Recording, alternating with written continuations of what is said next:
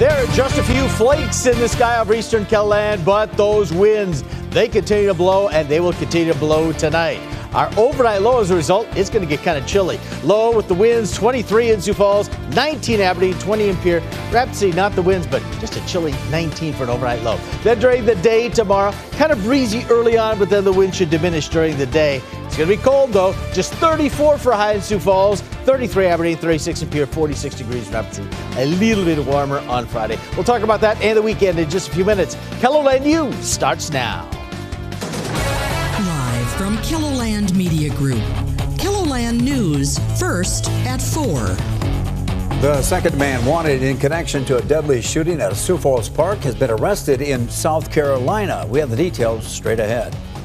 Plus, we take a look at the wintry conditions in northeastern South Dakota. And we're going to look ahead to an event that is raising money and awareness for cystic fibrosis. Good afternoon, and thanks for tuning in to First at 4. I'm Don Jorgensen. And I'm Kelly Volk. Authorities in South Carolina arrested the second person wanted in connection to a deadly shooting at Dunham Park in Sioux Falls. The Anderson County Sheriff's Office arrested Lamont Burks Jr. yesterday. Officials say a license plate reader associated his car with his arrest warrant. Burks Jr. and Walter Stewart face charges in connection to the shooting and killing of Josh Allen Jr. and one other victim after a total of 4 people were injured during an August shooting. We'll have the latest on the case later tonight on KELOLAND News. The Kingsbury County Sheriff's Office is asking for your help in finding the owners of a dog. Now, authorities say that this dog was found shot in an area north of Manchester. The dog is believed to be a female husky shepherd mix. If you have any information, you are asked to contact the Kingsbury County Sheriff's Office. The winter weather has made driving difficult in northeastern South Dakota this morning. South Dakota Highway Patrol shared these photos of the conditions on Facebook. They were taken in the Waubay, Webster, and Bristol areas. Officials say visibility was greatly reduced in areas because of the blowing snow. Authorities ask people to slow down, buckle your seatbelt, and pay attention to the road.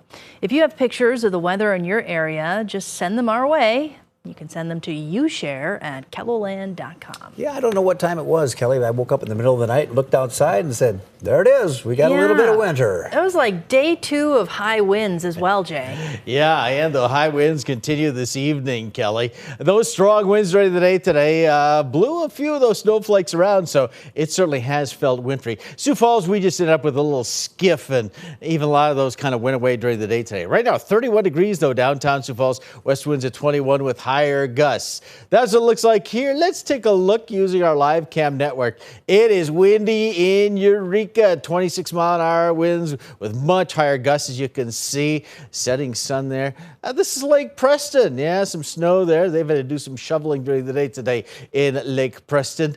And you mentioned Webster. Here's Webster.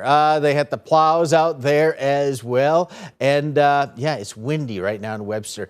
Some of the selected snowfall totals in Webster appears to have gotten about the most, at least the highest report that we've seen officially at 4 inches. Claremont 3.8, Roslyn and Clark 2.5 inches, Henry 2.1, Britton 1.5. Again, Sioux Falls just a skiff. Now on KELOLAND Live Doppler, we're getting some echoes back, but I think a lot of that is actually snowflakes in the clouds. There might be 1 or 2 left because we do have those clouds, but they will be dying out tonight. The temperature is going to be dropping. We're only in the 20s in northeastern South Dakota right now, and the 30s here in the east, and as a result, it's going to be chilly nights. Warmer in western South Dakota, where they didn't get any snow at all. Wind gusts over the past hour. Sioux Falls a 38-mile-an-hour gust. Aberdeen a 51-mile-an-hour gust. Pierre a 55-mile-an-hour gust. So that is why we're seeing the winds blowing. For tonight, still going to be windy, low 23, Sioux Falls 19, Aberdeen 20 in Pierre, 19 in Rapid City. Then tomorrow, a little bit breezy, especially early in the day. Then those will kind of die out with a partly cloudy sky. 34 Sioux Falls, 33 Aberdeen, 36 in Pierre, Rapid City 46 degrees. A couple degrees warmer on Friday. Then the weekend, still, well, maybe just a little bit below normal, but no more snow in the forecast until maybe toward the middle part of next week. We'll talk about that in just a few minutes. Thank you, Jay. Well, you can keep track of the changing weather conditions by downloading our KELOLAND Storm Tracker app.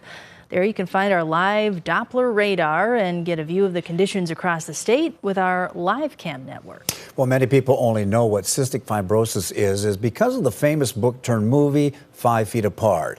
But for Danica Wilborg, cystic fibrosis has been her reality since the age of 6. The genetic disease makes it hard for her to breathe. It's a genetic lung disease that one is born with, and there has to be 2 genes, one from the mom, one from the dad. And there's a 1 in 4 chance that the kid will have CF. Coming up in the next half hour, we're going to tell you more about Danica's journey and the event that is raising money and awareness for the disease. Well, it's the time of year when families pick out the perfect Christmas tree for their home. And just like the last 3 years, a troubling weather trend is part of the tradition. How does drought impact Christmas tree growth? Well, Jeff Wagner with our CBS affiliate Minneapolis explains what to expect when tree shopping this season. So is there a sort of pride in seeing them still standing tall after some tough weather years? Yes, absolutely.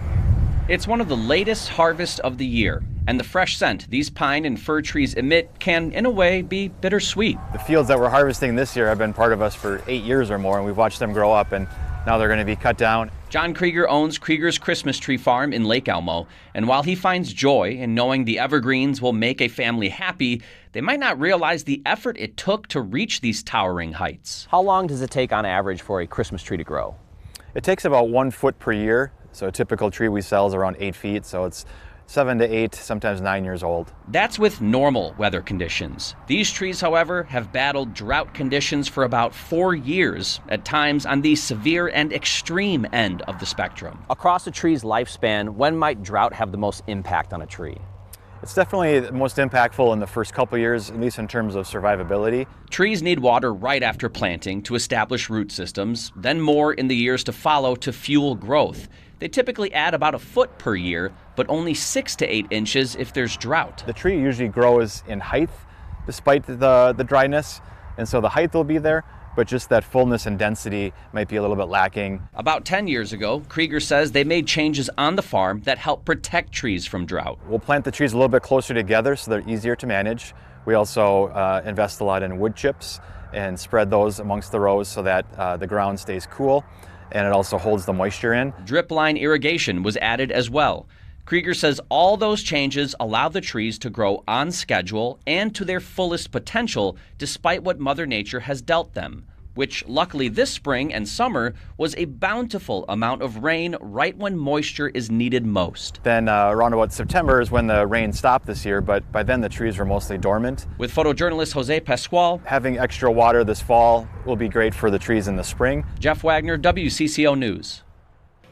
And soil type is also important in weathering drought. Krieger said areas with mostly sand, unlike his farm, likely struggled more with tree growth.